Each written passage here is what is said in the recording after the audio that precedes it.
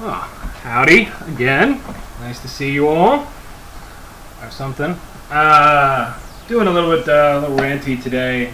Today's the healthcare debate that's been going on. I wanted to talk about it a little bit. I was going to write something, but again, this is so much easier, and it's like 2 buttons. Few things. I'll jump off real quick. This healthcare debate, we're talking about reforming the healthcare system in the United States. Needs serious work.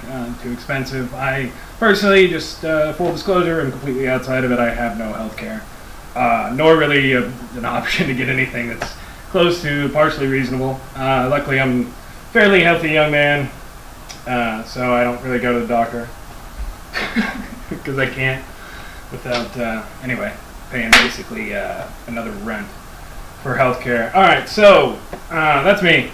So just so you know where I'm coming from personally. There's a word that keeps popping up in this debate as people are talking about it, calling it socialized medicine. What they're talking about doing is nowhere near socialized medicine. So anybody who talks about that or uses that word, socialism, is trying to scare you. They don't really want to talk about the actual legislation. They're trying to scare you with the word socialism. Sorry. Didn't know if you guys caught on to that, but big deal. Like social, and I actually wouldn't mind that kind of system where right after you pay your taxes and it's all good, they send a little note over to the Department of Health. They send you a card. That card means that you're a good citizen and upstanding and you're all paid up, and then you go to the hospital or the doctor and say, hey doc, this hurts, can you look at it? That would be a nice system. That's not what they're talking about doing. That's the one I think would be great, but whatever. That's me personally, and that's, of course, the ideal world where all that stuff is fairly reasonably priced. Anyway, they talk about, the other word that comes up a lot is this rationing. You don't want to ration healthcare, not when you're sick. What do you think happens now? I'm just curious. Because that's part of the reason why this whole thing is going on, because insurance companies that are rationing how much they pay for certain procedures and when they can and who gets covered, that's exactly what's going on.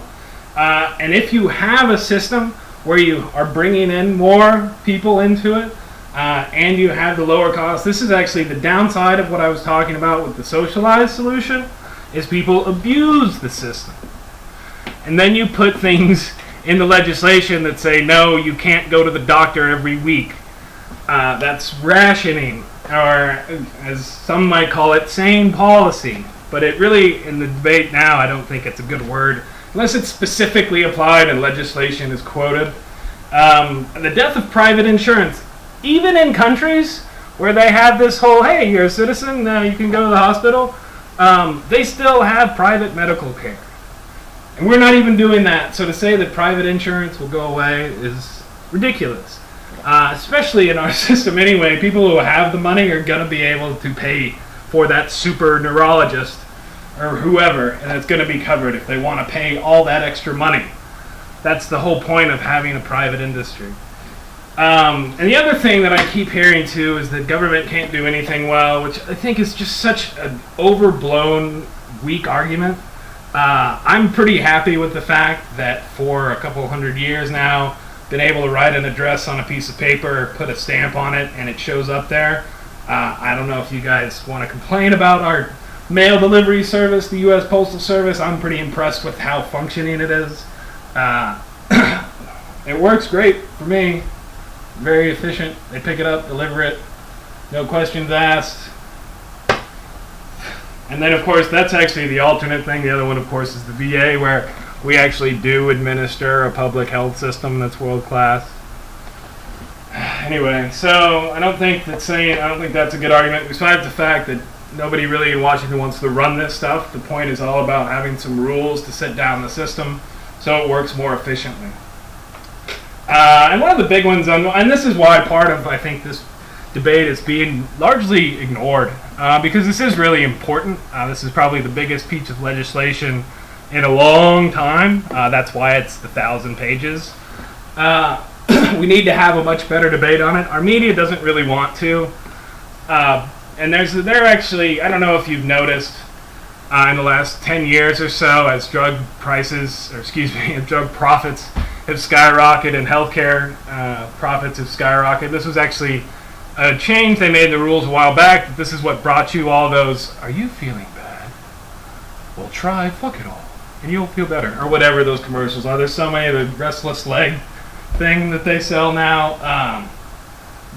There's a whole bunch of money that is being made by people who are part of this debate, pharmaceutical companies in particular, who don't want to see our system change that much because it works wonderfully for them. There's an article, and I'm going to link to it here, but it talks about how what we're paying for right now as part of this pharmaceutical research thing, and that's we pay right now 2 to 3 times as much as anybody else because of the way our system works, or in this case, doesn't work. And that particular kind of incestuous relationship, because you know all those ads you see for all those drugs on TV are paid for. It's multiple billions of dollars a year that are flowing into our media through the pharmaceutical companies. So that's part of the way the debate isn't happening on TV. So you should probably have it in like person and talk to people in real life about it if you want to talk about it, because I think it is that important. It looks like the House is going to wait until after the summer break to put anything really together. The Senate might get one now too, which this is when your lawmakers come home and you get a chance to go talk to them. So go and do so. I think it's important that we do kind of have a better national debate on this. But without the scare tactics, I mean, why are you trying to scare, Obamacare? Why are you attaching this entire thing to one person other than to try and scare people who hate that one person? If you see people attacking people and not policy on this one, ignore them. You realize that's what they're doing. I think that's about it on this one. Wow. So anyway, let's get some healthcare fixed. I'd love so. I'll get sick at some point, I'm sure. Sicker, I guess. I don't know. Anyway. Warm here in Texas. Y'all have a good day.